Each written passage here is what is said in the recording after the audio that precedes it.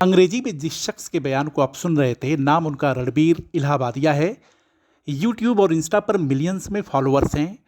कम उम्र में अगर किसी को शोहरत मिल जाए तो दिमाग चकरा जाता है। अब रणबीर इलाहाबादिया का दिमाग चकराया था या वो सोच समझकर अपने आप को भारत की कानून व्यवस्था से ऊपर समझ रहे थे, उसके बारे में आप फैसला कर सकते हैं। लेकिन हम उनके अंग्रेजी में बयान का हिंदी तर्जुमा पहले आपको बताते हैं। मेरा कमेंट उचित नहीं था, वो मजाकिया था। कॉमेडी का हिस्सा बनना उनका क्षेत्र भी नहीं है। वो सिर्फ और सिर्फ सॉरी कहना चाहते हैं। अगर आप मुझसे पूछना चाहते हैं कि क्या वो अपने प्लेटफॉर्म का इस्तेमाल ऐसे ही करते हैं, तो उसका जवाब ना में है। जो भी कुछ हुआ उसके बारे में वो किसी तरह का तर्क नहीं देना चाहते, बचाव भी नहीं करते। जो हुआ वो सही नहीं था। मुझसे समझने में भूल हुई। पॉडकास्ट को सभी उम्र के लोग देखते हैं।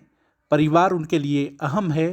वो वादा करते हैं कि इस तरह के कार्यक्रम का हिस्सा नहीं बनेंगे। लेकिन यह बात कुछ वैसे हुई जैसे बंदूक से निकली हुई गोली वापस नहीं आती। जिस कार्यक्रम में रणबीर इलाहाबादिया शिरकत कर रहे थे उसका नाम इंडिया गॉट लेटेंट है। आप इंडिया गॉट टैलेंट से कंफ्यूज मत हों।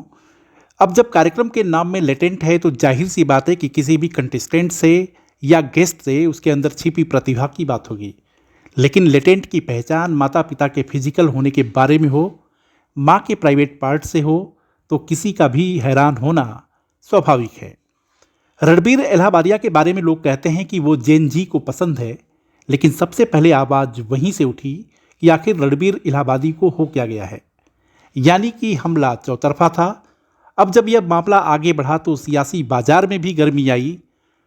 संसद का सत्र चल रहा है, बजट सत्र चल रहा है, तो यह मामला पार्लियामेंट में भी उठा। महाराष्ट्र के सीएम देवेंद्र फडणवीस ने तो यहाँ तक कहा कि अभिव्यक्ति की आज़ादी का मतलब यह नहीं है कि आप कुछ भी बोल दें, कानूनी कार्रवाई तो होगी। अब यह मामला देश की अलग अलग अदालतों में है। यूट्यूब से इंडिया गॉट लेटेंट के उस एपिसोड को हटा दिया गया है। इसके साथ ही महाराष्ट्र साइबर सेल ने इस शो के 18 हिस्सों को हटाने के लिए भी कहा है। इसके साथ ही साथ उन सभी लोगों को समन भेजने की बात कही है जो शो में गेस्ट के तौर पे आए थे और अश्लील टिप्पणी की थी। इसके साथ ही साथ शो में शामिल लोगों को गवाह के तौर पर पेश किया जाएगा। अब आप सोच रहे होंगे कि इस शो में शामिल कौन होते हैं। बताया जा रहा है कि इस शो में वो लोग शामिल होते हैं जिनकी साख पर धूल जम गई है या उनकी फैन फॉलोइंग कम हो रही है। इस शो में शामिल होने के लिए लाखों वो खर्च कर देते हैं, यानी कि मशहूर होने के लिए किसी भी स्तर पर तैयार हैं। इसके साथ ही इसका दूसरा पक्ष ये है कि सोशल मीडिया इन्फ्लुएंसर के जरिए अब ब्रांड्स भी अपने आप को प्रमोट कर रहे हैं। लेकिन इस तरह की हरकत से उनके सामने भी अलग तरह की चुनौती आ गई है। जानकार कहते हैं कि अभिव्यक्ति के नाम पर आप कुछ भी नहीं बोल सकते। जिस तरह से जेन जी ने रणबीर इलाहाबादिया की बखिया उधेड़ी है वो एक शुभ संकेत है।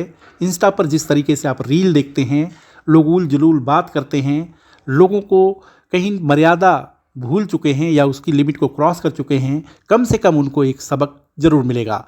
कम से कम फॉलोअर्स और सब्सक्राइबर बढ़ाने की रेस में अब लोग इस तरह से कमेंट करने से बचेंगे। वीडियो को लाइक, शेयर और सब्सक्राइब करें और हाँ, कमेंट भी जरूर करें। देखते रहिए इंडिया अड्डा।